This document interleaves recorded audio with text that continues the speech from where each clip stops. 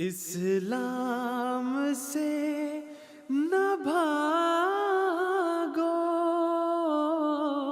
راہ خدا یہی ہے۔ اے سونے والو جاگو، شمس الضحیٰ یہی ہے۔ اعوذ باللہ من الشیطان الرجیم، بسم اللہ الرحمن الرحیم۔ السلام علیکم ورحمۃ اللہ وبرکاتہ۔ ناظرین، آج 10 فروری 2024 ہے اور راہ خدا کی ایک نئی سیریز کے ساتھ MTA انٹرنیشنل کے جرمن اسٹوڈیو سے آپ کی خدمت میں حاضر ہیں۔ حسب سابق ہمارا آج کا پروگرام بھی براہ راست آپ کی خدمت میں پیش کیا جا رہا ہے اور ایک انٹریکٹیو پروگرام ہے، لہٰذا اگر آپ کے ذہن میں جماعت احمدیہ کے عقائد کے حوالے سے، جماعت احمدیہ کی تعلیمات کے حوالے سے یا بالعموم اسلام کے حوالے سے کسی بھی قسم کا کوئی سوال ہو تو جو نمبرز آپ سکرین پر دیکھ رہے ہیں اس پر فون کر کے آپ براہ راست یہاں پر ہم سے بات کر سکتے ہیں، اپنے سوالات بطور میسج بھی بھجوا سکتے ہیں، تو ہم انشاءاللہ آپ کے تمام سوالات کو یہاں پر پینل میں موجود علماء سلسلہ کی خدمت میں رکھیں گے اور ان کے جوابات جاننے کی کوشش کریں گے۔ آج جو علماء ہمارے ساتھ اس پروگرام میں شریک گفتگو ہوں گے ان میں مکرم و محترم شمشاد احمد صاحب ہیں اور اسی طرح مکرم و محترم رحمۃ اللہ بندیشہ صاحب ہیں۔ آپ دونوں احباب کو بھی السلام علیکم ورحمۃ اللہ۔ ناظرین، جماعت احمدیہ کی بنیاد حضرت مرزا غلام احمد قادیانی علیہ السلام نے رکھی۔ آپ علیہ السلام نے یہ دعویٰ فرمایا کہ اللہ تعالیٰ نے اپنی مخلوق کی ہدایت اور رہنمائی کے لیے جو ایک رشتہ ہے خدا تعالیٰ کا اور انسان کا، جس میں اب اس وقت میں دوری پیدا ہو گئی ہے، اس کو دوبارہ قائم کرنے کے لیے، خدا انسان کو خدا تعالیٰ کے قریب کرنے کے لیے اس دنیا میں مبعوث فرمایا ہے۔ اور آپ علیہ السلام نے یہ دعویٰ فرمایا کہ آپ وہ مسیح موعود ہیں جس کی خوشخبریاں دی گئی تھیں، جس کا وعدہ دیا گیا تھا، اور آپ وہی امام مہدی ہیں جن کی احادیث میں آن حضرت صلی اللہ علیہ وآلہ وسلم نے پیشگوئیاں کی تھیں۔ لہٰذا آپ نے خدا تعالیٰ کے حکم کے مطابق جماعت احمدیہ مسلمہ کی بنیاد رکھی اور ہم اس جماعت میں شامل ہوئے۔ اللہ تعالیٰ نے ہمیں توفیق دی کہ ہم حضرت مسیح موعود علیہ السلام کے ہاتھ پر بیعت کر کے اس جماعت میں شامل ہوئے۔ لیکن عموماً جو دیکھا جاتا ہے کہ جب کوئی رسول یا نبی خدا تعالیٰ کی طرف سے اس دنیا میں آتا ہے، مبعوث ہوتا ہے، تو کئی لوگ ہیں جو اس کو قبول کرنے والے ہوتے ہیں، اس کو قبول کر کے وہ اس مومنین کے گروہ میں شامل ہونے والے ہوتے ہیں۔ لیکن کچھ لوگ ایسے ہوتے ہیں جو اس کی مخالفت کرتے ہیں یا اس سے اس کی صداقت کے دلائل مانگتے ہیں اور طلب کرتے ہیں، اور جب ان پر اس کی صداقت واضح ہو جاتی ہے تو وہ بھی اس پر ایمان لے آتے ہیں۔ تو اس پروگرام میں ہم اسی موضوع پر گفتگو کرنا چاہتے ہیں کہ ہم حضرت اقدس مسیح موعود علیہ السلام کی جو صداقت کے دلائل ہیں، جو قرآن کریم میں خدا تعالیٰ نے کسی بھی نبی یا رسول کی صداقت کے دلائل بیان فرمائے ہیں، آن حضرت صلی اللہ علیہ وآلہ وسلم کا جو صداقت کا معیار تھا، اس معیار کے مطابق ہم حضرت مسیح موعود علیہ السلام کو بھی پرکھیں کہ کیا آپ ان صداقت کے معیاروں پر پورا اترتے ہیں یا نہیں۔ اور ہمارا کامل اور پختہ ایمان ہے کہ حضرت اقدس مسیح موعود علیہ السلام، حضرت مرزا غلام احمد قادیانی علیہ السلام ان تمام صداقت کے معیاروں پر پورا اترتے ہیں۔ اب حضرت مسیح موعود علیہ السلام کے حوالے سے اگر بات کی جائے تو یہی آج کا ہمارا پہلا سوال بھی ہوگا جو میں آپ کی خدمت میں رحمۃ اللہ صاحب رکھنا چاہتا ہوں کہ بالعموم ہم قرآن کریم سے ہمیں یہ معلوم ہوتا ہے کہ خدا تعالیٰ اپنے برگزیدہ لوگوں سے کلام کرتا رہا ہے، لیکن حضرت اقدس مسیح موعود علیہ السلام کے زمانے سے اگر پہلے کی بات کی جائے تو بالعموم یہ عقیدہ پھیل گیا تھا کہ اللہ تعالیٰ گزشتہ یا ماضی میں کلام کیا کرتا تھا، اب اس کی جو صفت کلیم ہے وہ اس طرح کام نہیں کرتی۔ تو حضرت مسیح موعود علیہ السلام نے قرآن کریم اور احادیث کی روشنی میں ہمیں یہ بات ہم پر واضح کی کہ خدا تعالیٰ آج بھی کلام کرتا ہے۔ تو میں آپ سے یہ جاننا چاہتا ہوں کہ قرآن کریم کی آیات یا کون سی وہ آیات ہیں یا کن احادیث کی روشنی میں حضرت مسیح علیہ السلام نے یہ بات بیان فرمائی ہے؟ جزاکم اللہ۔ جی میں صاحب، بات یہ ہے کہ جس طرح ابھی آپ نے بتایا کہ سابق انبیاء کی جو مثالیں اللہ تعالیٰ نے قرآن کریم میں بیان کی ہیں، ان پر جب حضرت مسیح موعود علیہ السلام کے پیغام کو، حضرت مسیح موعود علیہ السلام کی شخصیت کو پرکھتے ہیں تو حضرت اقدس مسیح موعود علیہ السلام کا دعویٰ ہمارے لیے روز روشن کی طرح عیاں ہو جاتا ہے کہ آپ سچے اور ثابت قدم بھی ہیں، اور ہر قسم کے مسائل اور مشکلات آپ کے ذریعے مومنین کے لیے آسان ہوئے، اور جو مخالفین ہیں، جو حضرت مسیح موعود علیہ السلام کی مخالفت کرنے والے تھے، ان کے بارے میں بھی آپ نے پیش خبریاں بیان کی ہیں۔ قرآن کریم میں ہمیں یہ علم ملتا ہے کہ اگر خدا تعالیٰ کسی کے ساتھ کلام نہیں کرتا تو یہ بات خدا تعالیٰ کی ناراضگی کی دلیل ہے، خدا تعالیٰ کے خوشنودی کی دلیل نہیں ہے۔ اور دنیا میں بھی اگر کوئی قطع تعلقی کرتا ہے، قطع کلامی کرتا ہے، تو وہ اچھا پن تو نہیں ہوتا، اور یہ بات قرآن کریم نے لکھی ہوئی ہے۔ اللہ تعالیٰ کہتا ہے کہ اللہ زینہ یدعون من دون ہی، کہ وہ لوگ جن کو تم اللہ کے علاوہ پکارتے ہو، میں ان کی صداقت یا ان کے کذب کی ایک بڑی دلیل یہ ہے کہ لا یستجیبون لہم بشیء، کہ وہ تو جب ان کو پکارا جاتا ہے اس کی پکار کی جواب ہی نہیں ملتا، یعنی ان کو بلایا جائے، ان کے بلانے کے بعد ان کی جواب نہ دینا، خاموشی اختیار کرنا، یہ ان کے کذب کی دلیل ہے۔ حضرت موسیٰ علیہ السلام کے دور میں سامری نے بت بنایا اور بچھڑا بنایا، اور بچھڑے کے غیر اللہ ہونے کی، اس کے خدا نہ ہونے کے دیگر دلائل کے ساتھ ایک بڑی دلیل خدا تعالیٰ نے یہ دی، فرمایا کہ افلا یرون، کیا تم لوگ دیکھتے نہیں، اللہ یرجع الیہم قولا، کہ وہ تو ان کا جواب ہی نہیں دیتا۔ گویا خدا کو پکارنا اور خدا کا جواب دینا یہ ایک صداقت کی دلیل ہے، اور اسی لیے قرآن کریم نے کہا نا ادعونی استجب لکم، اللہ تعالیٰ کہتا ہے مجھے پکارو، استجب لکم، میں تمہارے لیے جواب دوں گا۔ تو بلکہ قرآن کریم میں تو جہاں تک میں ما یعبأ بکم ربی لولا دعاؤکم، کہ اللہ تمہاری پرواہ ہی کیا کرتا ہے اگر تم دعا نہیں کرتے۔ تو دعا کا کیا ہے، اللہ میں استجب لکم، میں تمہاری جواب دیتا ہوں۔ جواب کیسے ہوتا ہے وہ قرآن کریم میں ہم دیکھ لیتے ہیں۔ سورہ حامیم سجدہ میں اللہ تعالیٰ کہتا ہے کہ مومنین پر مشکل حالات آتے ہیں، پھر کیا ہوتا ہے، ان الذین قالوا ربنا اللہ، کہ وہ لوگ جو کہتے ہیں اللہ ہمارا رب ہے، ثم استقاموا، پھر اس پہ استقامت اختیار کرتے ہیں، پھر کیا ہوتا ہے، ظاہر ہے جب مخالف کہیں ہٹ جائیں اپنے عقیدے سے، وہ اپنے صبر کے ساتھ اپنے عقیدے پر قائم رہتے ہیں، مشکلات آتی ہیں، دعائیں کرتے ہیں مومنین، جس طرح اللہ نے کہا ادعونی، مجھے پکارو میں جواب دوں گا۔ تو اگلی آیات میں، اگلے حصے میں اللہ تعالیٰ فرماتا ہے کیا کس قسم کے اللہ تعالیٰ جواب دیتا ہے، فرمایا ان الذین قالوا ربنا اللہ ثم استقاموا، جنہوں نے کہا اللہ ہمارا رب ہے، پھر استقامت اختیار کی، تتنزل علیہم الملائکہ، ان پر فرشتے آسمان سے اترتے ہیں، کیا کہتے ہیں، اللہ تخافوا، ڈرو نہیں، ولا تحزنوا، دل میں کسی کے غم کرنے کی ضرورت نہیں ہے۔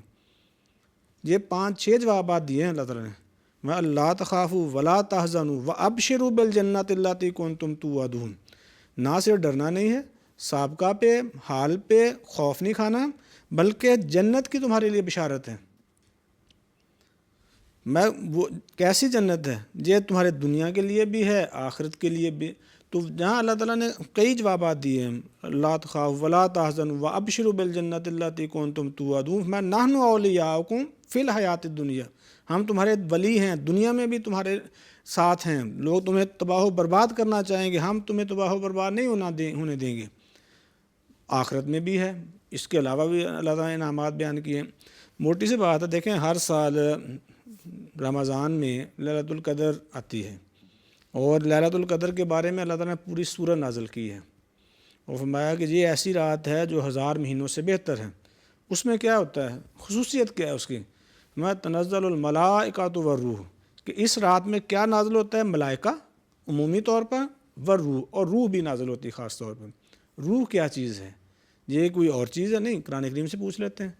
قرآن کریم کہتا ہے کہ روح وہ ہے جو فرشتہ ہے کہ نازل بہ روح الامین، جس قرآن کریم کو کون لے کے نازل ہوا ہے، روح الامین، فرشتے کا نام ہے، جبرائیل کا نام ہے۔ تو اللہ تعالیٰ کہتا ہے جبرائیل بھی نازل ہوتا ہے، پلس دیگر فرشتے بھی نازل ہوتے ہیں۔ تو ظاہر ہے جبرائیل کا کام خدا تعالیٰ کا پیغام پہنچانا ہے، پیغام لوگوں تک ڈلیور کرنا ہے۔ تو ہر سال سارے لوگ اعتکاف پہ بڑی تعداد اسی توقع کے ساتھ بیٹھتی ہے کہ ان کو لیلۃ القدر نصیب ہو۔ پھر مزید یہ بات یاد رکھنے والی یہ ہے کہ کہ چلیں اس بارے میں تو اختلاف ہو سکتا ہے کہ مرزا صاحب وہ موعود مسیح موعود ہیں جن کا وعدہ رسول اللہ صلی اللہ علیہ وسلم نے کیا تھا، یا وہ امام مہدی ہیں جن کا وعدہ رسول اللہ صلی اللہ علیہ وسلم نے کیا تھا یا نہیں کیا تھا۔ جو بھی امام مہدی ہوگا، جو بھی مسیح موعود ہوگا، اس کے ساتھ تو اللہ تعالیٰ نے کلام کرنا۔ ہمارے دو بڑے مسلمانوں کے فرقے ہیں ان معنوں میں کہ ایک ہے جو صحاح ستہ کو درست مانتا ہے، ان کو ہم عام طور پر اہل سنت والجماعت کہتے ہیں۔ دوسرا ہے اہل تشیع کا جو اپنی کتب اربعہ کو مانتے ہیں۔ ہر دو فرقے یہ یقین رکھتے ہیں کہ آنے والے امام مہدی پر، آنے والے مسیح موعود پر وحی نازل ہونی ہے۔ دیکھیں صحیح مسلم کی مشہور حدیث ہے جو ہم بار بار پیش کیا کرتے ہیں کہ اللہ کے رسول نے فرمایا 4 دفعہ کہ آنے والا مسیح نبی اللہ ہوگا۔ اسی روایت میں اللہ تعالیٰ کا رسول کہتا ہے کہ اس پر فیوحا، اس پر وحی کی جائے گی۔ بھئی اللہ کا رسول کہتا ہے وحی کی جائے گی، ہم کون ہوتے ہیں کہنے والے کہ نہیں وحی ہوگی؟ اس کے بالمقابل اہل تشیع کا فرقہ ہے، وہ بھی مانتے ہیں جب امام مہدی آئے گا اس پر وحی نازل ہوگی۔ مثال کے طور پر لکھا ہے کہ امام جعفر صادق کا قول کہتے ہیں اذا نامت العیون، جب آنکھیں سو رہی ہوں گی، وغسق اللیل، اور رات کا اندھیرا چھا جائے گا، نازل الیہ جبرائیل و میکائیل والملائکۃ صفوفا، امام مہدی پر کیا نازل ہوگا؟ جبرائیل، میکائیل اور دیگر تمام فرشتے صف بصف کہیں گے، فیقول له جبرائیل، جبرائیل امام مہدی کو کیا کہے گا؟ یا سیدی، اے سید، اے سردار، قولوں کا مقبول، آپ جو بات کر رہے ہیں اللہ تعالیٰ اس کو قبولیت دینے والا ہے، و امروں کا جائز، تو پوری ایک تفصیل ہے، یعنی فرشتہ جبرائیل اور دیگر فرشتے کلام کریں گے امام مہدی کے ساتھ۔ یہ شیعہ روایات ہیں، مانتے ہیں شیعہ، اہل سنت بھی یہی مانتے ہیں۔ دونوں اس بارے میں نے پہلے بتایا کہ اختلاف ہو سکتا ہے کہ مرزا صاحب وہ امام مہدی ہیں یا نہیں ہیں، ہمارے نزدیک وہی امام مہدی ہیں، لیکن جو بھی ان کا امام مہدی آنا ہے، جو بھی ان کا مسیح موعود ہمارے مخالفین کا آنا ہے، اس پر اللہ تعالیٰ لازمی طور پر وحی کرے گا، الہام کرے گا۔ بھئی ڈرتے کیوں ہیں؟ بھئی وہی خدا تعالیٰ کا بات کرنا کوئی عذاب ہے؟ نعوذ باللہ، خدا تعالیٰ کا انسانوں کے ساتھ گفتگو کرنا خدا تعالیٰ کے محبوب ہونے کی دلیل ہے، نہ کہ خدا تعالیٰ کے مقبوض ہونے کی، کہ ہم خدا تعالیٰ کے نعوذ باللہ غضب نازل ہو، یہ نہیں ہے۔ رسول کریم صلی اللہ علیہ وسلم پر وحی نازل ہوتی، اچھی بات تھی کہ بری؟ اچھی بات تھی۔ اچھی بات کا منقطع کرنا، اب دنیا میں ہم کہیں کہ فلاں بہت اچھا کام کر رہا، فلاں بہت اچھا کام کر رہا، فلاں بہت اچھا، تو ایسی بات کو روک دیں تو کیا اچھی چیز ہوگی یا بری؟ تو خدا تعالیٰ تو اچھے کاموں کو چلانے والے ہیں، نہ کہ روکنے والے، اور خدا تعالیٰ کی صفات ازلی ابدی ہیں، منقطع نہیں ہوتی۔ اسی لیے امت محمدیہ میں لگاتار بزرگان آئے ہیں جو وحی الہام کے قائل تھے، انہوں نے اپنے وحی الہام کو پیش کیا ہے اور نہیں کوئی منکر تھا۔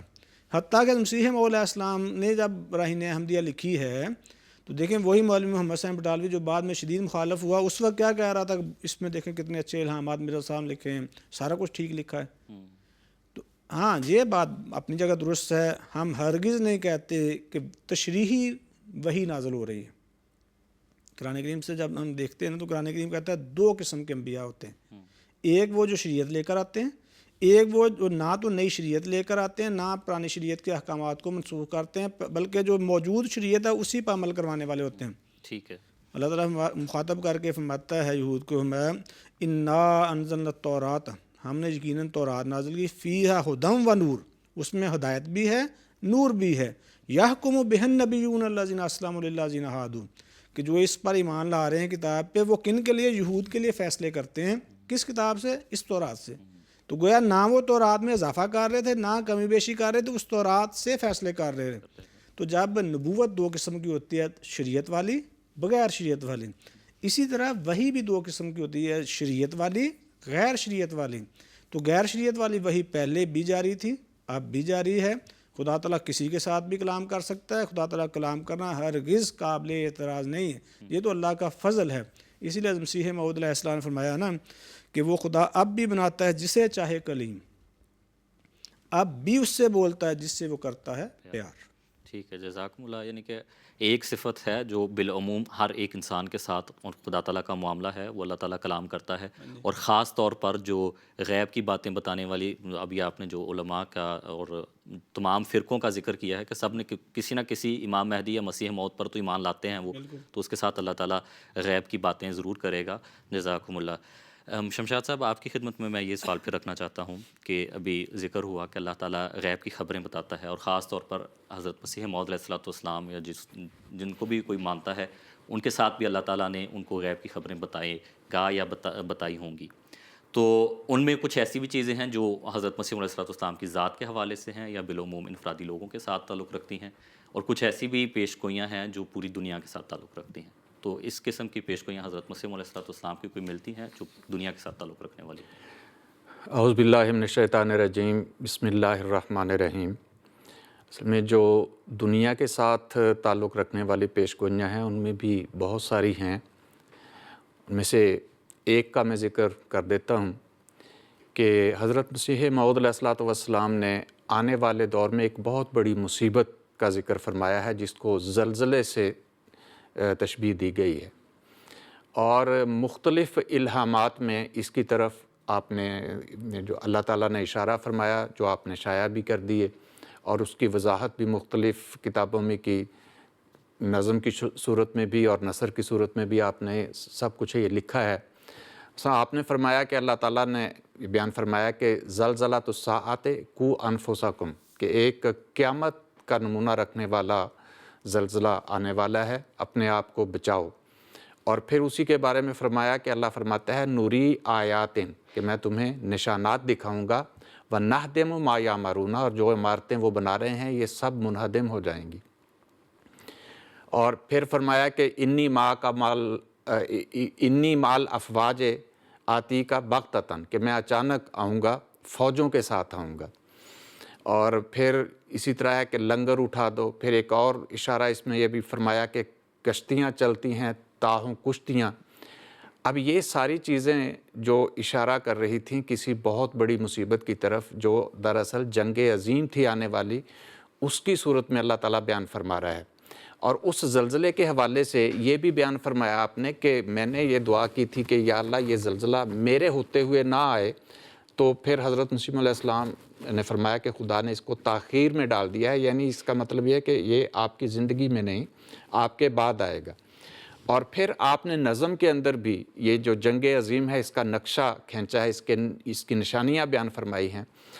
آپ ایک نظم میں فرماتے ہیں کہ ایک نشاں ہے آنے والا آج سے کچھ دن کے بعد، جس سے گردش کھائیں گے دیہات و شہر و مرغزار.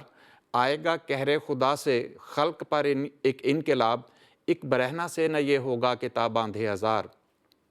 یک بیک ایک زلزلے سے سخت جنبش کھائیں گے، کیا بشر اور کیا شجر اور کیا حجر اور کیا بہار. ایک جھپک میں یہ زمین ہو جائے گی زیر و زبر، نالیاں خون کی چلیں گی جیسے آب رود بار.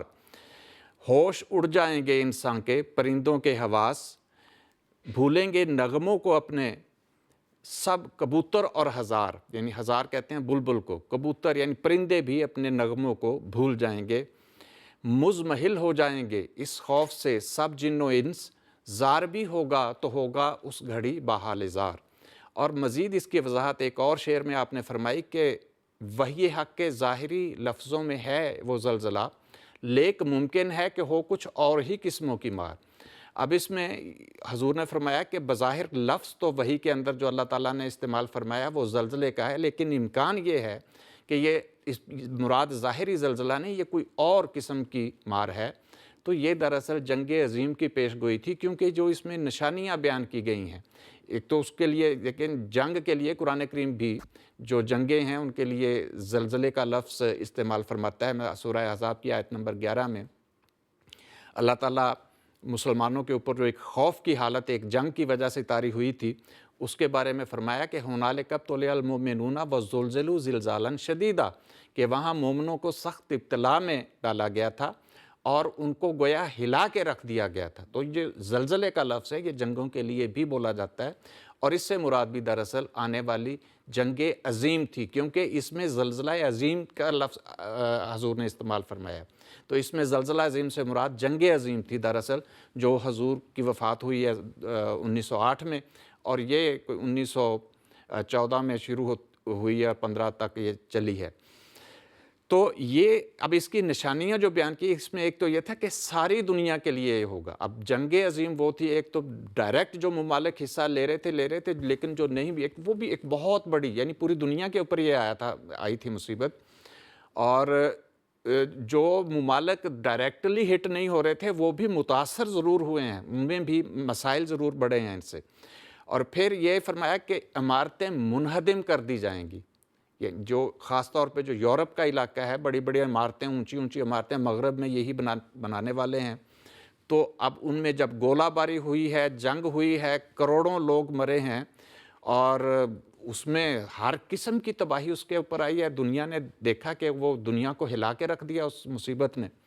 اور پھر اس میں حضور فرماتے ہیں کہ اس میں صرف انسان ہی نہیں بلکہ دیہات بھی، شہر بھی، سب کے اوپر یہ تباہی آئے گی. وہ بھی آپ دیکھ لیں جنگ عظیم کے اندر آئی ہے.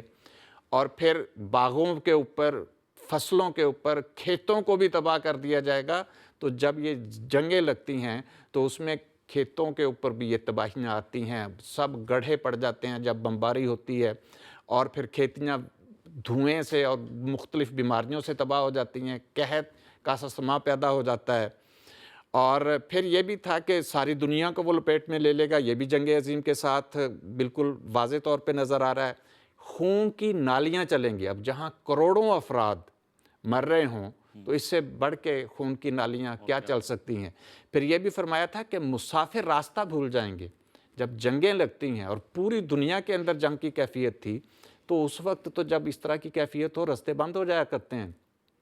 جو کہیں راستے پہ سفر میں ہوں تو بمباری شروع ہو جائے، جب لڑائیاں شروع ہو جائیں تو وہ جہاں مسافر ہوتے ہیں وہاں بیچارے پھنس جاتے ہیں، راستہ نہیں ملتا ان کو کہ کیسے واپس پہنچے. تو یہ کیفیت بھی اسی جنگ میں ہوئی ہے. اور پھر اس کے ساتھ ساتھ یہ بھی فرمایا کہ جو الہام میں بتایا گیا، لنگر اٹھا دو. لنگر اٹھا دو کا کیا مطلب؟ کہ یہ صرف بری لڑائی ہی نہیں ہوگی بلکہ سمندروں کے اندر بھی لڑی جائے گی. اور اس وقت جو بندرگاہیں ہیں ان کے اوپر ہر ملک اپنی اپنی فوجوں کو الرٹ رکھے گا. یعنی لنگر اٹھا دو کا مطلب ہے کہ ریڈی ہو جاؤ اب روانگی کے لیے. تو کسی وقت بھی جب ایسی صورتحال پیدا ہوتی ہے، آج بھی دیکھ لیں جو کیفیت اس وقت پیدا ہو رہی ہے، وہ کہتے ہیں جو کوئی بحری بیڑا امریکہ سے چل پڑا، کوئی برطانیہ سے چل پڑا، فلاں نے بھی اپنا بحری بیڑا بھیج دیا. تو سب نے جس طرح آج لنگر اٹھائے ہوئے ہیں اس وقت بھی یہی تھا. پھر اس کا ایک یہ بھی حصہ تھا اس پیشگوئی کا کہ کشتیاں چلتی ہیں تاہوں کشتیاں. اب کشتیاں تو امن دینے کے لیے چلتی ہیں، کشتیاں یعنی مقابلہ ہوگا اور وہ کشتیوں کے ذریعے بھی ہوگا، اس میں بحری بیڑے بھی حصہ لیں گے.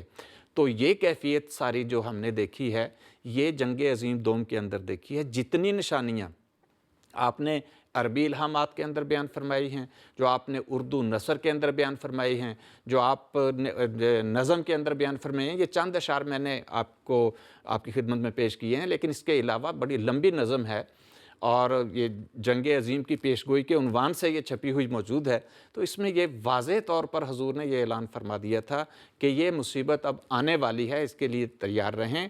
اور دعا یہ کی تھی کہ میری زندگی میں نہ آئے، تو آپ کی زندگی میں نہیں آئے اور پوری دنیا نے دیکھا کہ یہ پیشگوئی کس طرح پوری ہوئی ہے. اور اس سے پھر ان کی آپ علیہ الصلوۃ والسلام کی صداقت بھی ثابت ہوتی ہے کہ اللہ تعالیٰ نے آپ سے یہ کلام کیا اور یہ درست ثابت ہوا. جزاکم اللہ. رحمۃ اللہ صاحب، ہمیں سوالات بھی ہمارے ناظرین کے موصول ہو رہے ہیں. ان میں سے میں عدنان احمد صاحب کا ایک سوال ہے، وہ میں آپ کی خدمت میں رکھنا چاہتا ہوں. وہ پوچھتے ہیں کہ حضرت مسیح موعود علیہ الصلوۃ والسلام نے براہین احمدیہ میں حیات مسیح کا عقیدہ بیان کیا ہے اور بعد میں وفات مسیح کا عقیدہ بیان کیا ہے، اس کی وضاحت کیا ہے؟ جی، حضرت مسیح موعود علیہ السلام نے خود اس کی وضاحت کی ہے. فرمایا کہ میں نے عرف عام میں جو معروف مسلمانوں کا عقیدہ تھا اسی طرح لکھ دیا ہے، لیکن جب خدا تعالیٰ نے حضرت مسیح موعود علیہ السلام پر انکشاف کیا، آپ نے تحقیق کی اور ساتھ اللہ کی طرف سے وحی و الہام ہوا، تو بعد میں حضور نے اپنا اس عقیدے کو بدل دیا. یہ کوئی غیر معمولی بات نہیں ہے. نمبر ایک تو براہین احمدیہ کے پہلے حصے میں یہ لکھا گیا ہے، براہین احمدیہ حصہ پنجم میں اس کی تصحیح کر دی گئی، اس میں کوئی مسئلے والی بات نہیں. تو دیکھنے والی بات یہ ہے کہ کیا آخری بات جو بیان کی ہے وہ حیات مسیح کی ہے یا وفات مسیح کی ہے. نمبر دو، یہ دیکھنے والی بات ہے کہ کیا انبیاء سابقین جو ہیں ان میں بھی پہلے حکم میں اور بعد کے حکم میں کوئی تبدیلی واقعہ ہوئی ہے. اگر کسی نبی نے سابقہ طور پر کسی حکم کو جاری رکھا، کیا اس کو بعد میں تبدیلی کی؟ ہم دیکھ لیتے ہیں حضور صلی اللہ علیہ وسلم کے بارے میں. دیکھیں سورہ نجم میں آتا ہے کہ وما ینطق عن الہوا ان ہوا الا وحی یوحی، کہ رسول اللہ صلی اللہ علیہ وسلم جو ہیں وہ اپنی طرف سے کچھ کلام نہیں کرتے، جو بات کرتے ہیں آپ صلی اللہ علیہ وسلم وہ وحی و الہام ہے، ان ہوا الا وحی یوحی۔ اب کیا حضور صلی اللہ علیہ وسلم نے بھی پہلے کچھ بیان کیا ہو، بعد میں اس حکم میں کوئی تبدیلی بیان کی ہو؟ تو یہ بات احادیث پڑھیں تو آپ کو بکثرت مل جاتی ہیں۔ احادیث میں لکھا ہے کہ کان نبی صلی اللہ علیہ وسلم یحب موافقت اہل الکتاب، کہ حضور صلی اللہ علیہ وسلم اہل کتاب سے موافقت کو پسند کرتے تھے، فی ما لم یؤمر فیہ بشیء، کس چیز میں جس بارے میں تازہ احکامات نئی ہدایات نہیں آتی تھیں۔ تو جب تک تازہ احکامات نئی ہدایات نہیں آتی تھیں حضور صاحب کا حکم پر ہی عمل درآمد کرواتے تھے، کرتے تھے۔ دیکھیں بنیادی اسلام کے ارکان میں سے سب سے پہلے نماز ہے توحید کے بعد، کہ بنی الاسلام علی خمس، 5 چیزوں پر اسلام کی بنیاد ہے۔ پہلا ہے توحید، وہ کس کے دل میں کتنی ہے یہ ہم نہیں جانتے، ہر ایک کا معاملہ اللہ کے ساتھ ہے۔ براہ راست جو نظر آنے والی چیز کیا ہے وہ نماز۔ حضور صلی اللہ علیہ وسلم تقریباً 14 سال مکہ میں رہے، اور حدیث میں لکھا مکہ سے ہجرت کے بعد 17 مہینے مزید حضور بیت المقدس کی طرف منہ کر کے نماز پڑھتے رہے۔ تو کیا ہم آج نعوذ باللہ کہہ سکتے ہیں کہ حضور صلی اللہ علیہ وسلم کی نمازیں جو بیت المقدس والی تھیں وہ ساری ہو گئی خراب، کینسل ہو گئی؟ کیوں؟ اب تو نماز کے لیے لازم ہے کہ خانہ کعبہ کی طرف منہ کیا جائے۔ جہاں کوئی عقل ایسا عقلمند انسان مل سکتا ہے جو کہ وہ ہو نعوذ باللہ فلاں فلاں فلاں خواتین جو ہیں وہ ساری کی ساری بے پردہ تھیں، انہوں نے پردہ نہیں کیا تھا۔ کیوں؟ وہ تو انہوں نے پردہ نہیں کرتے تھے۔ دیکھیں اسلام میں احکامات اسلامی پردے کے احکامات تو آخر میں نازل ہوئے ہیں۔ حضرت خدیجہ رضی اللہ عنہا کے دور میں تو جب تک حیات رہی پردے کے احکامات نازل ہی نہیں ہوئے تھے۔ تو کیا نعوذ باللہ کوئی کہہ سکتا ہے کہ حضرت خدیجہ جو ہیں وہ بے پردہ خاتون تھی؟ اسلام پہ عمل پیرا نہیں تھی۔ شراب پینا حرام ہے نا، تو شراب حرام ہوئی ہے لفظی طور پر غزوہ احد میں۔ اس سے پہلے کیا نعوذ باللہ ہم کہہ سکتا ہے کوئی عقل کے انسان کے جو فلاں شرابی صحابی، کیوں جی وہ اس وقت شراب پیا کرتے تھے؟ دیکھیں بات عجیب ہو جائے گی۔ حمزہ رضی اللہ عنہ کی شہادت تک کے واقعات پڑھیں گے نا تو اس سے پہلے تو لوگ شراب پیتے تھے۔ ہاں جب اللہ کی طرف سے حکم آیا کہ نہیں شراب پینی، حضور نے حکم دیا، سب نے توڑ دیے۔ تو ہم سابقہ احکامات جن میں تبدیلی واقع ہو چکی ہو اس پر اس قسم کی قیاس رائے نہیں کرتے۔ کوئی کہہ سکتا نہیں جی پھر بھی حضور صلی اللہ علیہ وسلم کے احکامات، دیکھیں ہمارا عقیدہ ہے نا سب کا کہ حضور صلی اللہ علیہ وسلم افضل الانبیاء ہیں، سب نبیوں سے افضل ہیں۔ تو یہ کب پتہ چلا ہے؟ دیکھیں حضور صلی اللہ علیہ وسلم کے سامنے کسی نے آ کر کہا کہ یا خیر البریہ، اے لوگوں میں سے سب سے افضل، سب سے بہترین، میں ذاکا ابراہیم، وہ تو ابراہیم علیہ السلام ہے، مجھے نہ کہو۔ مدینہ میں حضور مکہ سے ہجرت کرنے کے بعد مدینہ میں آ گئے، ایک صحابی کی ایک یہودی کے ساتھ بحث و مباحثہ ہوا، جہاں تک کہ صحابی نے تھپڑ مار دیا اس کو۔ بحث کیا تھی؟ یہودی کہتا تھا کہ موسیٰ علیہ السلام افضل الانبیاء ہے، صحابی کہتے تھے نہیں حضور صلی اللہ علیہ وسلم افضل الانبیاء ہیں۔ تو مارا حضور کے پاس مقدمہ گیا، فرمایا لا تخیرونی علی موسیٰ لا تفضلونی علی موسیٰ، مجھے موسیٰ پر فضیلت نہ دو، مجھے موسیٰ پر افضل نہ قرار دو۔ بعد میں کیا یہی اسٹیٹس رہا ہے۔ حضور صلی اللہ علیہ وسلم کے سامنے ایک دفعہ حضور نے من قال انا خیر من یونس بن متی فقد کذب، جو بندہ کہتا ہے کہ میں یونس بن متی سے بہتر ہوں اس نے جھوٹ بولا۔ کیا نعوذ باللہ اب ہم یہی مانتے ہیں؟ بعد میں حضور صلی اللہ علیہ وسلم میں خاتم الانبیاء ہوں اور اس میں کوئی فخر نہیں ہے، لیکن اللہ نے اسٹیٹس دیا ہے۔ اب کوئی کہے نہیں جی خاتم الانبیاء کی فضیلت تو آپ کو اس وقت ملی جب آپ مدینہ میں آ کے بھی کئی سال گزر چکے، نہیں بھائی بات یہ نہیں ہے۔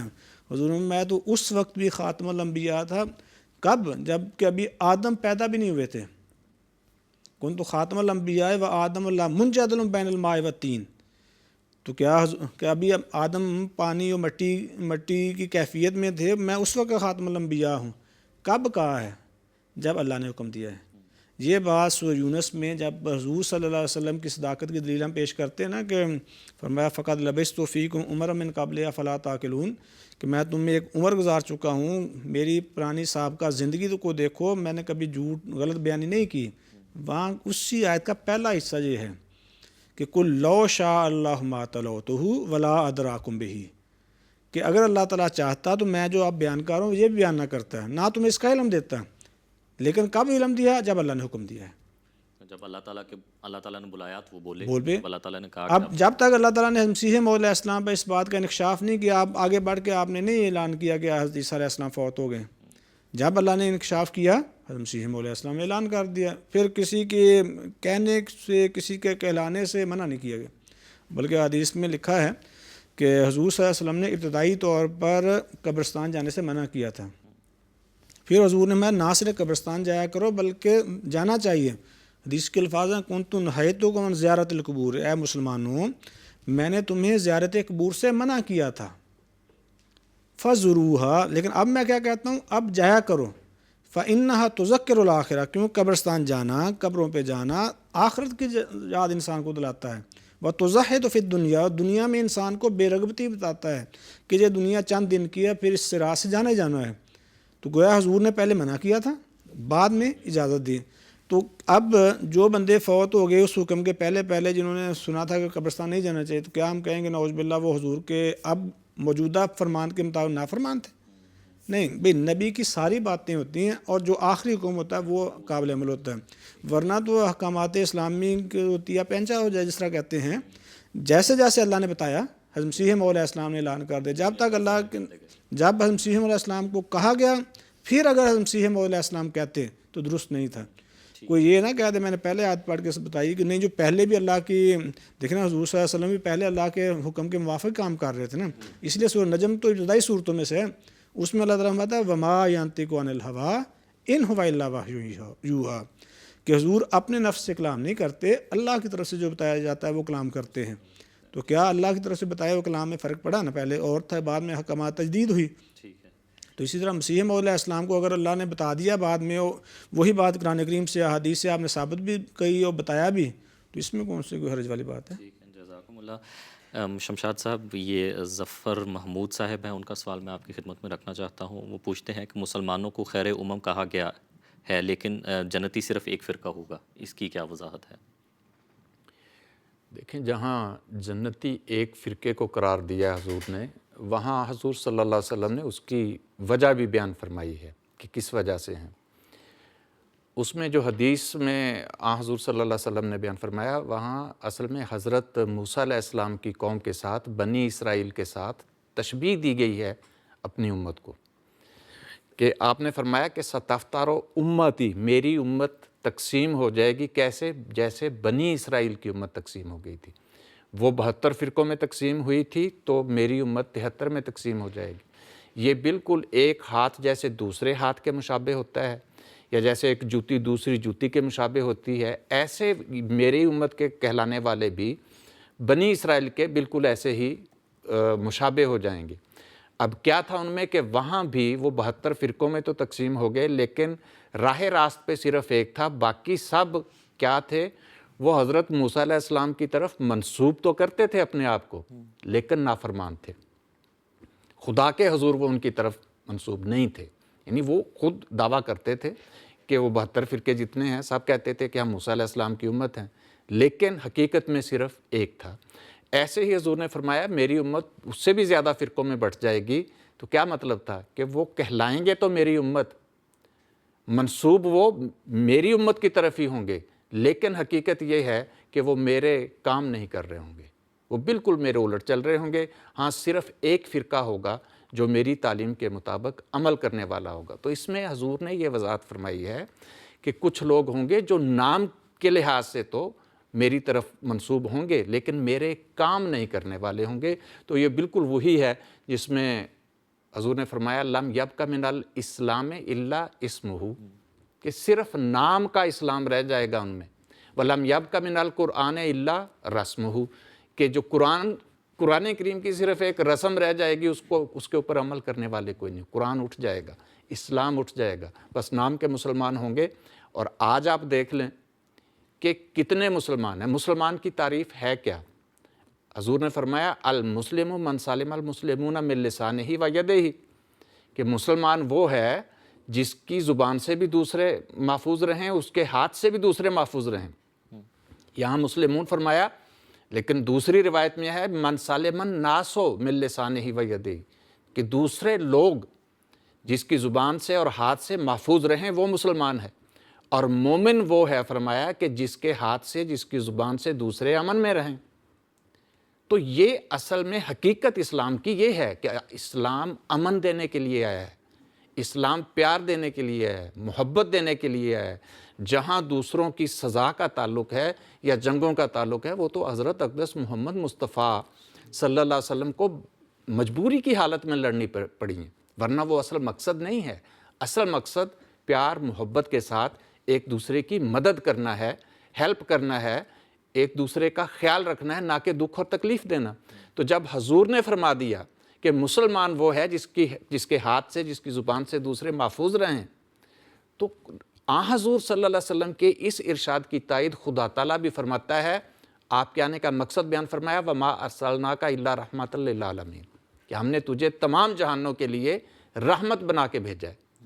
اب حضور یہ فرما رہے ہیں کہ بھئی میرا پیروکار تو وہ ہے جو میری پیروی کرتا ہے، میں رحمت بن کے آیا ہوں، جو رحمت بنے گا دوسروں کے لیے وہ میرا ساتھی ہے، وہ مسلمان ہے جو نہ ہاتھ سے دکھ دیتا ہے کسی کو نہ زبان سے، لیکن جو ہاتھ سے بھی دکھ دیتے ہیں، زبان سے بھی دکھ دیتے ہیں، وہ ہر لحاظ سے لیکن منسوب حضور کی طرف ہوں، ان کو خیر امت نہیں قرار دیا گیا۔ وہ لوگ ہیں جن کے بارے میں حضور نے خود فرمایا کہ وہ بنی اسرائیل کی اس قوم کی طرح وہ برائیوں میں مبتلا ہیں، منسوب ہیں میری طرف، وہ میرے نہیں ہیں۔ بلکہ ایک اور حدیث میں بھی حضور فرماتے ہیں کہ قیامت کے دن میں حوض کوثر پہ کھڑا ہوں گا، کچھ لوگوں کو فرشتے جہنم کی طرف لے کے جا رہے ہوں گے، تو میں ان سے کہوں گا اسیحابی کہ بھی ان کو کدھر لے کے جا رہے ہیں، یہ تو میرے صحابہ ہیں۔ تو وہ فرشتے کہیں گے کہ تمہیں نہیں پتا کہ تمہارے بعد یہ کیا عمل کرتے رہیں، یہ تو ایڑیوں کے بل پھر گئے تھے۔ کیا مطلب تھا کہ وہ منسوب آپ کی طرف ہوتے تھے، کام آپ والے نہیں کرتے تھے۔ وہ اسلام کی طرف منسوب تھے لیکن سلامتی سے ان کو کوئی غرض نہیں تھی۔ وہ ایمان کا دعویٰ کرتے تھے لیکن امن ان کی نہ زبان سے کسی کو امن حاصل تھا، نہ کسی کے ہاتھ سے امن حاصل تھا۔ تو اس میں حضور نے یہ پیش گوئی فرما دی کہ بھی جو میرے ساتھی ہیں وہ تو دنیا کے لیے رحمت بنیں گے، جیسے میں تمام جہانوں کے لیے رحمت ہوں، لیکن جو اسلام کی طرف منسوب ہونے کے باوجود دنیا کے لیے زحمت بنا ہوا ہے، دوسروں کے لیے زحمت بنا ہوا ہے، نہ اس کے ہاتھ سے دوسرے مسلمان محفوظ ہیں، نہ دوسرے غیر مسلم یا دوسرے لوگ محفوظ ہیں، نہ اس کی زبان سے محفوظ ہیں، وہ دعویٰ کرتے ہیں اسلام کا، وہ میرے ساتھی فرمایا نہیں ہیں۔ میرے ساتھی وہ ہیں، جنتی فرقہ وہ ہے جو میری طرح رحمت للعالمین ہے، وہ رحمت بنتا ہے لوگوں کے لیے، زحمت نہیں بنتا۔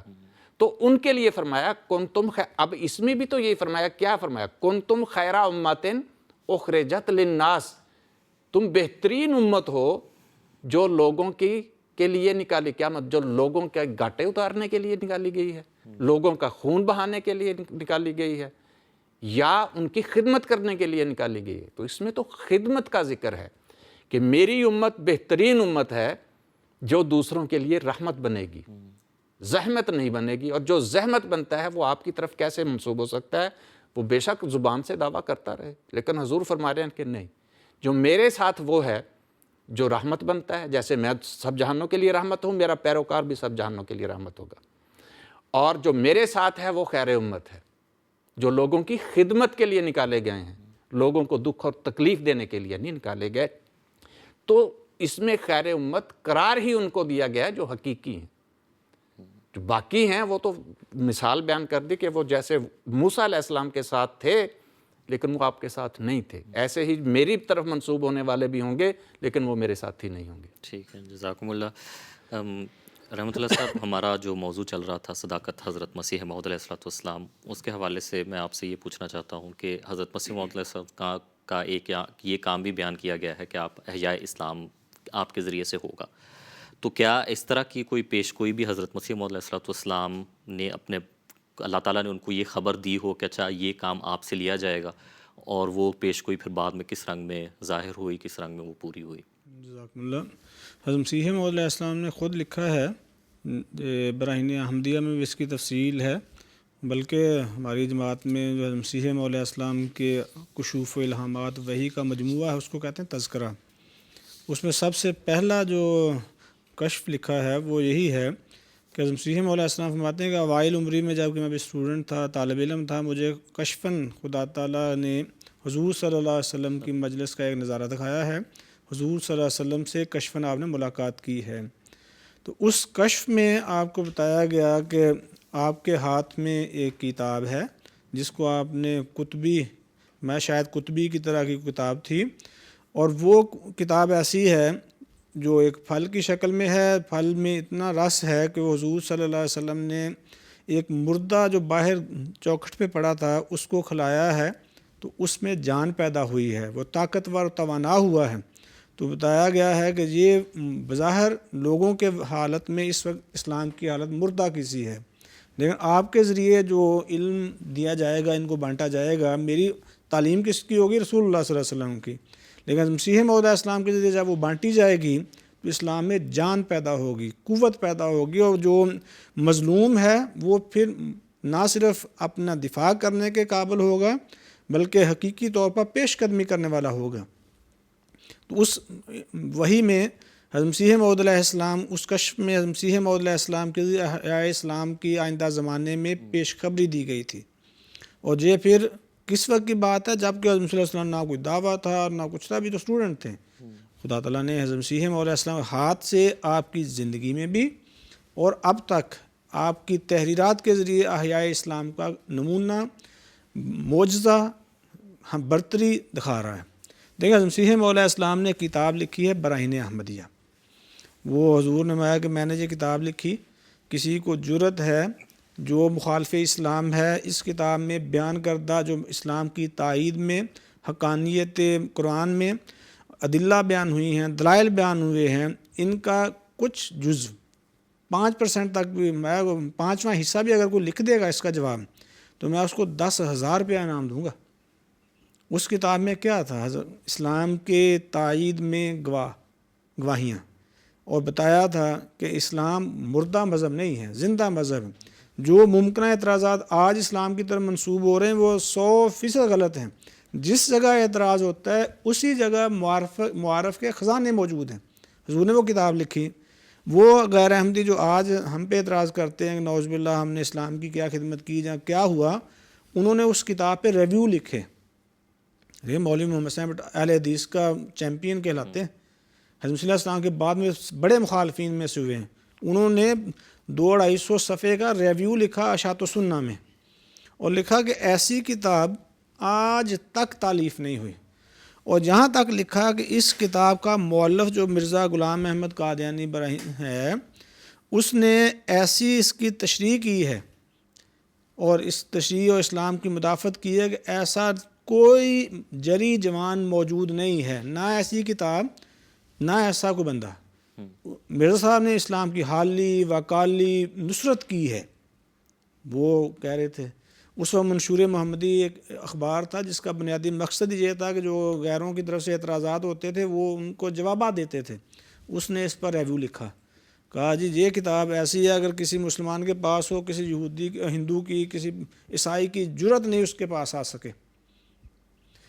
یہ کتاب حضرت مسیح علیہ السلام نے لکھی اپنی حیات میں، اس پہ آج تک لوگ تعریف کرتے ہیں، اگرچہ وہ اب مانتے نہیں۔ وہ بعد میں اعتراضات وہی جو آیا نا قرآن کریم میں کہ اے صالح یا صالح قد کنت فینا مرجوا قبل ھذا، کہ اس سے پہلے تو آپ ہماری امیدوں کا مرجع تھے، لیکن جب آپ نے فلاں دعویٰ کر دیں اس کے بعد مسئلہ بن گیا ہے۔ کچھ عرصہ پہلے ڈاکٹر اسرار صاحب تھے پاکستان کے معروف، وہ کہتے ہیں مرزا صاحب تو اسلام کے فتح نصیب جرنیل کی طرح اس وقت پیش تھے، انہوں نے ہندوؤں کے ساتھ، پنڈتوں کے ساتھ، آریوں کے ساتھ، عیسائیوں کے ساتھ مناظرے کیے اور مسلمانوں کی آنکھوں کا تارا بن گئے۔ وہی قد کنت فینا مرجوا، ہماری امیدوں کا مرجع تھے۔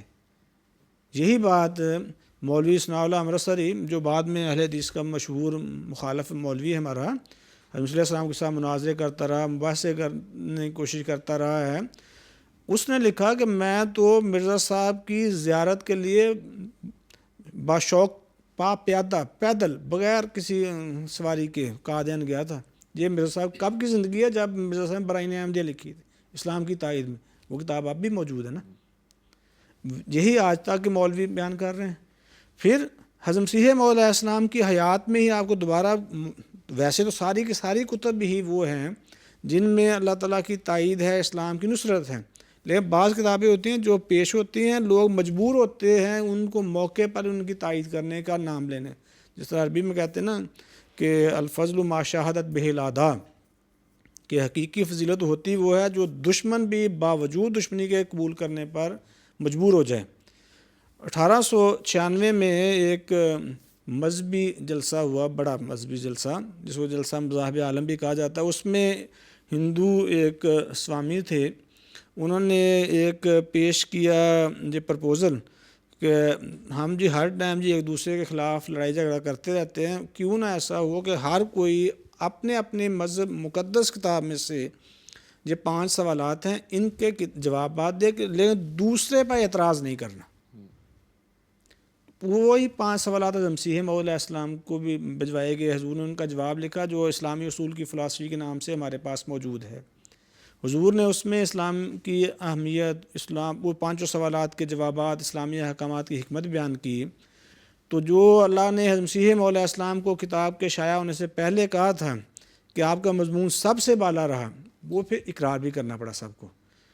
مثلا جو اس وقت مشہور اخبارات تھے ان میں یہ شائع ہوا کہ جیسا دفاع اسلام کا مرزا صاحب نے کیا ہے کسی اور نے نہیں کیا، اور اسی لیے مولانا ابوالکلام آزاد وغیرہ نے کہا تھا نا اسلام کا فتح نصیب جرنیل حضرت مسیح موعود علیہ السلام ثابت ہوئے۔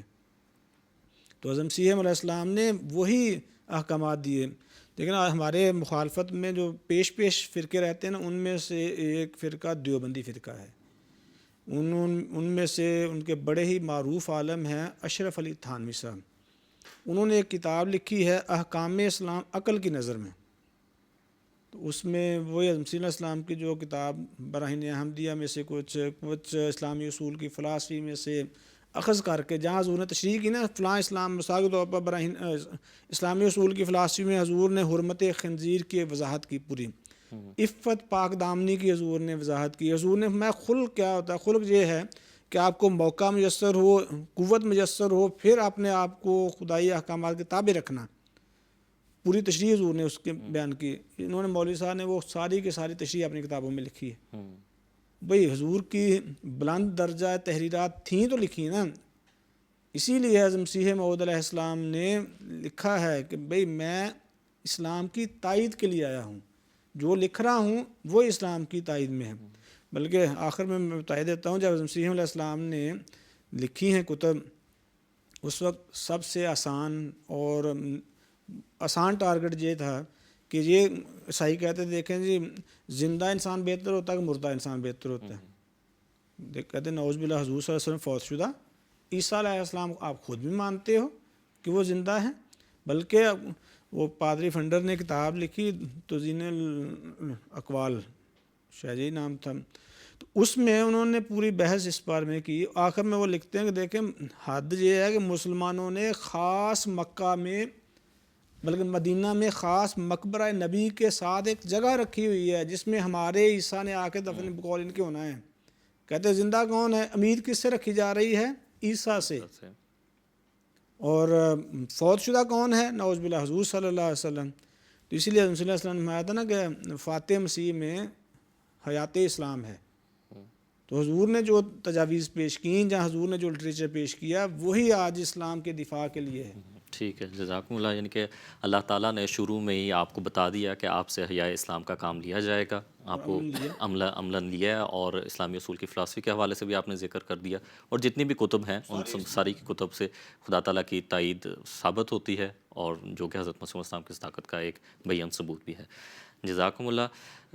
شمشاد صاحب، اگلا سوال میں آپ کی خدمت میں رکھنا چاہتا ہوں کہ جب حضرت مسیح موعود علیہ السلام نے خدمت اسلام کا آغاز کیا تو اس پر پھر مخالفین نے بھی اپنی کارروائیاں کرنی شروع کی، اور ہندو مت کے ایک فرقہ آریہ سماج کے ایک پنڈت لیکھ رام نامی صاحب وہ سامنے آئے، اور انہوں نے حضرت مسیح موعود علیہ السلام نے ان کے بارے میں کچھ پیشگوئیاں کی، پھر پیشگوئیوں کے مطابق ان کا انجام بھی ہوا۔ تو اس بارے میں اگر آپ ہمیں ہماری رہنمائی فرمائیں کہ وہ کیا پیشگوئی تھی، کیا تفصیل ہے اس کی؟ یہ لیکھ رام ہندو تھا، اور ہندوؤں کے جو آریہ فرقہ ہے، آریہ سماج سے اس کا تعلق تھا، اور اس دور میں تو ہر طرف سے حضور صلی اللہ علیہ وسلم کی ذات کے اوپر اور اسلام کے اوپر بہت گندے اعتراضات کیے جا رہے تھے، حملے کیے جا رہے تھے۔ اب آریہ سماج میں سے یہ شخص جو تھا یہ انتہائی بڑھ بڑھ کے اسلام کے خلاف اور حضور صلی اللہ علیہ وسلم کے خلاف گندہ دہانی کرتا تھا، بہت یعنی حقارت پر مبنی تحریریں ایسی شائع ہوتی تھیں کہ حضرت مسیح علیہ السلام فرماتے ہیں کہ کوئی ایک شریف آدمی جو ہے ان کو پڑھنا بھی گوارا نہیں کر سکتا، کجا یہ کہ ان کے ساتھ اتفاق کرے۔ تو یہ اس کو بہت گفتگو بھی کی گئی، حضرت مسیح علیہ السلام نے باتوں میں بھی اس کو بہت سمجھایا، اسلام کی حقانیت بھی واضح کی، لیکن جیسے کہتے ہیں کہ جس کی اپنی آنکھ خراب ہو اس کو سورج کی روشنی کام نہیں دیا کرتی، یہی کیفیت اس کی تھی۔ جب یہ باز نہیں آیا اور بہت دکھ دیتا تھا، یعنی انتہائی تکلیف دہ قسم کے جو تحریریں لکھتا تھا حضور کی شان میں، حضور صلی اللہ علیہ وسلم کے خلاف، تو حضرت مسیح علیہ السلام نے اللہ تعالیٰ سے بہت دعا کی کہ پھر اللہ تعالیٰ نے آپ کو الہاماً بتایا کہ اس شخص کے اوپر عذاب آنے والا ہے، ایسا عذاب آئے گا جس کا آخری نتیجہ موت ہوگی۔ تو حضرت مسیح موعود علیہ السلام نے اس کو بتایا کہ تمہارے بارے میں اللہ تعالیٰ نے مجھے یہ الہام کیا ہے، اور وجہ یہ ہے کہ تم حضور صلی اللہ علیہ وسلم کے خلاف یہ گندی تحریریں لکھتے ہو، بد زبانی کرتے ہو، یا تو اس سے باز آ جاؤ، یا پھر اگر آپ برا نہ منائیں تو پھر میں اپنے اس الہام کو شائع کر دوں۔ تو یہ بڑی تعلیم میں تھا، تکبر میں تھا کہ ہاں جی مجھے کوئی ڈر نہیں، آپ کر دیں، بلکہ الٹا کہتا تھا جی مقرر کریں، یہ کیا بات ہوئی کہ میری موت آ جائے گی، موت سب کو آنی ہے، وقت مقرر کریں کہ کب آئے گی۔ تو اس پہ پھر حضور نے مزید دعا کی، اور دعا کے بعد پھر آپ نے اس کو شائع کیا، اور ساتھ اس دوران میں اللہ تعالیٰ نے آپ کو مدت بھی بیان فرما دی۔ تو جب مدت اللہ تعالیٰ نے یعنی بتا دی، تو پھر آپ نے یہ اعلان فرمایا کہ یہ شخص اس کے اوپر کوئی مصیبت پڑے گی جس کا آخری نتیجہ موت ہوگا، اور اللہ تعالیٰ نے مجھے یہ خبر دی ہے کہ یہ 6 سال کے عرصے کے اندر اندر اس کے اوپر یہ عذاب آئے گا۔ اور 20 فروری 1893 کو حضور نے یہ اعلان فرمایا۔ اب اس کے بعد پھر اس کے بارے میں مزید الہامات بھی حضور کو ہوئے کہ اجل جسد اللہ خوار، یہ قرآن کریم کی آیت ہے، اور اسی طرف اشارہ تھا کہ یہ ایک بے جان سا، یعنی جس طرح وہ گوسالہ تھا سامری کا، کہ اس کے بچھڑے کی طرح ہے، جس طرح اس میں سے ایک بے معنی آواز آتی تھی، اس کے اندر سے بھی یہ بس بے معنی آوازیں، یہ اس طرح کی دلیلیں اپنی طرف سے دے رہا ہے، لیکن یہ آواز خاموش کر دی جائے گی۔ تو اس کو پھر مخاطب کرتے ہوئے حضور نے نظم کے اندر بھی اپنے جو کلام ہے اس کے اندر، نثر کے اندر بھی یہ بیان فرمایا کہ الا اے دشمن نادان و بے راہ بترستے بران محمد، کرامت گرچہ بے نام و نشان است بیا بنگر سے گلمان محمد، کہ اے بے راہ دشمن، حضور صلی اللہ علیہ وسلم کی تلوار سے ڈر۔ آج کے زمانے میں اگرچہ کرامت بے نام و نشان ہو گئی ہے، لیکن یہ محمد مصطفیٰ صلی اللہ علیہ وسلم کے غلاموں میں دکھا دی جائے گی تمہیں، آؤ میں دکھاتا ہوں تمہیں۔ تو اس کو سمجھانے کے باوجود یہ مسلسل اس میں تمسخر اڑاتا رہا، جیسے جیسے حضور اس کے بارے میں پیش گوئی کرتے تھے وہ مزید تمسخر میں بڑھتا جاتا تھا۔ تو اس کے بعد پھر اللہ تعالیٰ نے ایک اور نشانی بیان فرمائی کہ ستارف و یوم العید والعید و اقربو، یہ حضور نے شعر میں بیان فرمایا کہ یہ جس دن اس کے اوپر یہ عذاب آئے گا وہ دن عید کے دن کے ساتھ ملا ہوا ہوگا، ٹھیک ہے، کہ وہ ایک تو 6 سال کا عرصہ ہوگا، اور 6 سال کے عرصے میں وہ دن عید کے ساتھ کا دن ہوگا۔ اور پھر حضور ایک اور اپنی وہ بیان فرماتے ہیں، اپنے رویا بیان فرماتے ہیں کہ جاگتے ہوئے ہی بیٹھے، ہلکی سی مجھے غنودگی سی ہوئی، تو میں نے دیکھا کہ میں ایک کمرے میں بیٹھا ہوں اور میرے ساتھ چند دوست اور بھی ہیں، اتنے میں نے دیکھا کہ ایک شخص قوی ہیکل مہیب شکل کا آیا، میں نے نظر اٹھا کے اس کو دیکھا تو وہ مطلب ایسا تھا کہ گویا اس کی آنکھوں سے خون ٹپکتا ہے، کہ وہ انسان نہیں، ملائکہ شداد و غلاظ میں سے ہے۔ تو اس نے مجھے پوچھا کہ لیکھ رام کہاں ہے؟ تب حضور فرماتے تب میں نے سمجھا کہ یہ شخص لیکھ رام کی سزا کے لیے مقرر کیا گیا ہے۔ تو یہ اس کے بعد پھر حضور یہ چلتا رہا، یہ پیش گوئیوں کا سلسلہ، اور ابھی 3 سال گزرے تھے کہ عید کے 7 کا دن تھا اور وہ اس کے ساتھ ایک بندہ آتا تھا جو لیکھ رام کے پاس. وہ آیا تھا دراصل آریا ہونے کے لیے. اب اس کے بارے میں پتہ نہیں تھا کہ یہ کون ہے اور اس کے ساتھ ہی دن رات رہتا تھا, اس کے ساتھ کام بھی کرتا تھا, لیکن اس کی شکل و صورت دیکھ کے اسی کے جو عزیز رشتہ دار یا اس کے دوست وغیرہ ہیں انہوں نے اس کو منع بھی کیا تھا کہ یہ بندہ ٹھیک نہیں لگ رہا, اس کی شکل سے ظاہر ہوتا ہے کہ یہ کوئی مکار آدمی ہے, تم اس کو اپنے ساتھ نہ رکھو. لیکن اس نے پرواہ نہیں کہ نہیں یہ تو بہت اچھا بندہ ہے. تو وہ اب عید کے 7 کا دن تھا, دوسری منزل میں اپنے مکان کی اوپر وہ بیٹھے تصنیف کا کام کر رہا تھا لیکھ رام.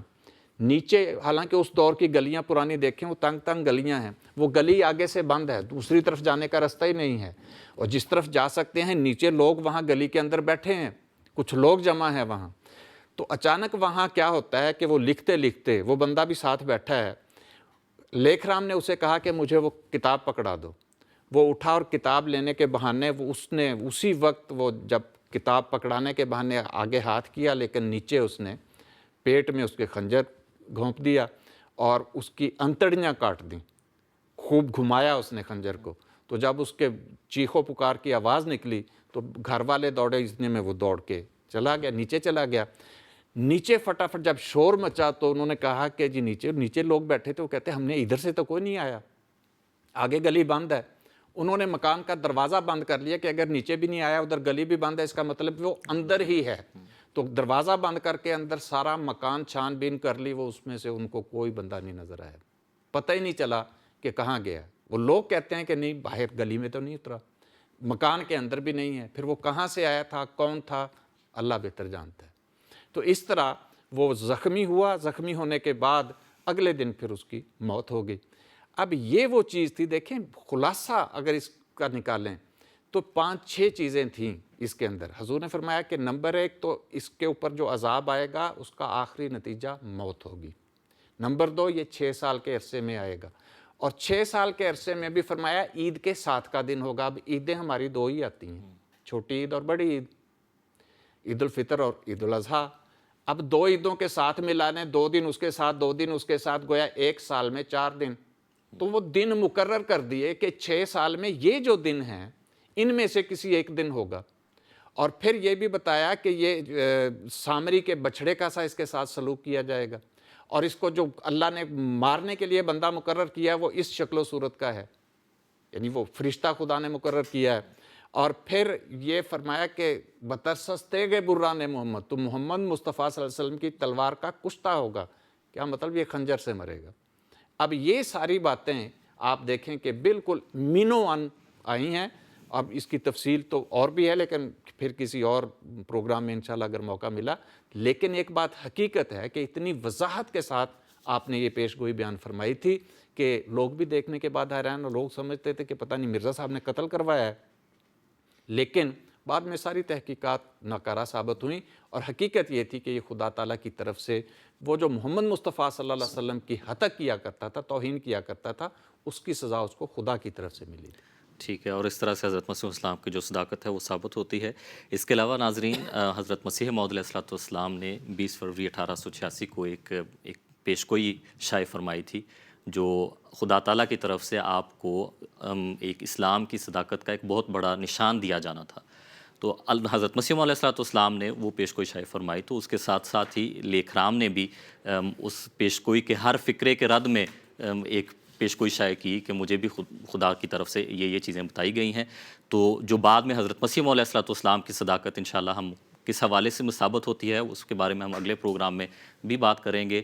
اور جو لیکھ رام کی جو پیشگوئیاں تھیں یا جو اس نے اس پیشگوئی کے بالمقابل پیشگوئی کی تھی وہ کس طرح جھوٹی ثابت ہوئی ہے, وہ بھی انشاءاللہ اگلے پروگرام میں ہم اس کو حصہ بنائیں گے. اب ہم اپنے پروگرام کے اختتام پر پہنچ چکے ہیں. آج ہمیں عریف الزمان صاحب کی طرف سے بھی سوالات موصول ہوئے ہیں, تابع صاحب کی طرف سے بھی سوالات ہیں, خالدہ رانا صاحبہ کی طرف سے بھی. تو کچھ سوالات ہیں جن کے ہم آج ان کو اس پروگرام میں شامل کر چکے ہیں, لیکن کچھ سوالات وقت کی مناسبت سے ہم شامل نہیں کر سکے. انشاءاللہ ان کو ہم اگلے پروگرام میں ضرور شامل کریں گے. میں حضرت اقدس مسیح موعود علیہ الصلوۃ والسلام کا ایک اقتباس آپ کی خدمت میں رکھنا چاہتا ہوں, جس میں حضرت مسیح موعود علیہ الصلوۃ والسلام اپنی صداقت کے بارے میں فرماتے ہیں کہ میرے پر ایسی رات کوئی کم گزرتی ہے جس میں مجھے یہ تسلی نہیں دی جاتی کہ میں تیرے ساتھ ہوں اور میری آسمانی فوجیں تیرے ساتھ ہیں۔ اگرچہ جو لوگ دل کے پاک ہیں مرنے کے بعد خدا کو دیکھیں گے، لیکن مجھے اسی کے منہ کی قسم ہے کہ میں اب بھی اس کو دیکھ رہا ہوں۔ دنیا مجھ کو نہیں پہچانتی، لیکن وہ مجھے جانتا ہے جس نے مجھے بھیجا ہے۔ پھر حضرت مسیح علیہ السلام فرماتے ہیں، اے لوگو تم یقیناً سمجھ لو کہ میرے ساتھ وہ ہاتھ ہے جو اخیر وقت تک مجھ سے وفا کرے گا۔ اگر تمہارے مرد اور تمہاری عورتیں اور تمہارے جوان اور تمہارے بوڑھے اور تمہارے چھوٹے اور تمہارے بڑے سب مل کر میرے ہلاک کرنے کے لیے دعائیں کریں، یہاں تک کہ سجدے کرتے کرتے ناک گل جائیں اور ہاتھ چھل ہو جائیں، تب بھی خدا ہرگز تمہاری دعا نہیں سنے گا اور نہیں رکے گا جب تک وہ اپنے کام کو پورا نہ کر لے۔ تو انشاءاللہ اگلے ہفتے دوبارہ آپ کی خدمت میں راہ خدا کے پروگرام کے ساتھ حاضر ہوں گے۔ تب تک کے لیے اجازت دیجیے۔ السلام علیکم ورحمۃ اللہ وبرکاتہ۔